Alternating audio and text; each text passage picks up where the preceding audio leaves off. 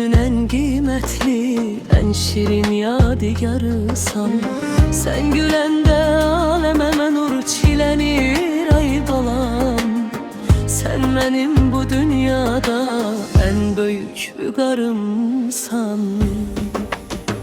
Canım kızım, gül kızım, Göyçe yüzlü bal kızım.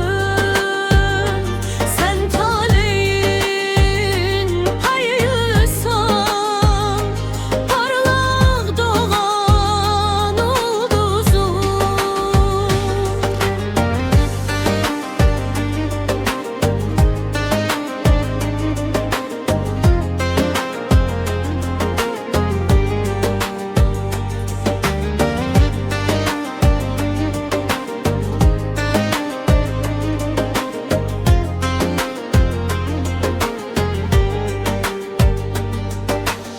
Adımların uğuru, yolun her dem bağ olsun.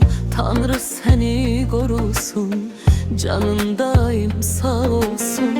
Arzuların boyatsın, ucalasan göylere. Senin temiz yüreğin mənə arkada olsun.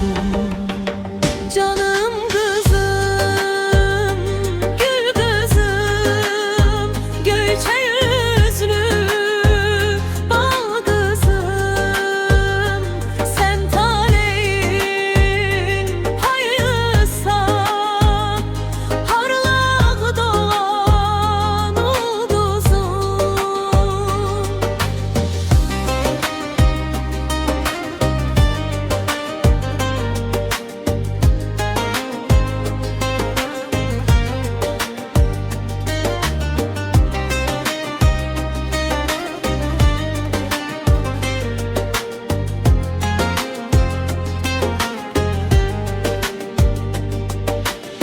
Gözlerine keder yok, yalnız sevinç yaraşır.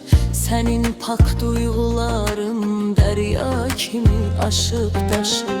Atanla anan sene her zaman dayak olar əzizim. Senin xoşbəxt günlerin ömrümüze nur saçır. Canım kızım,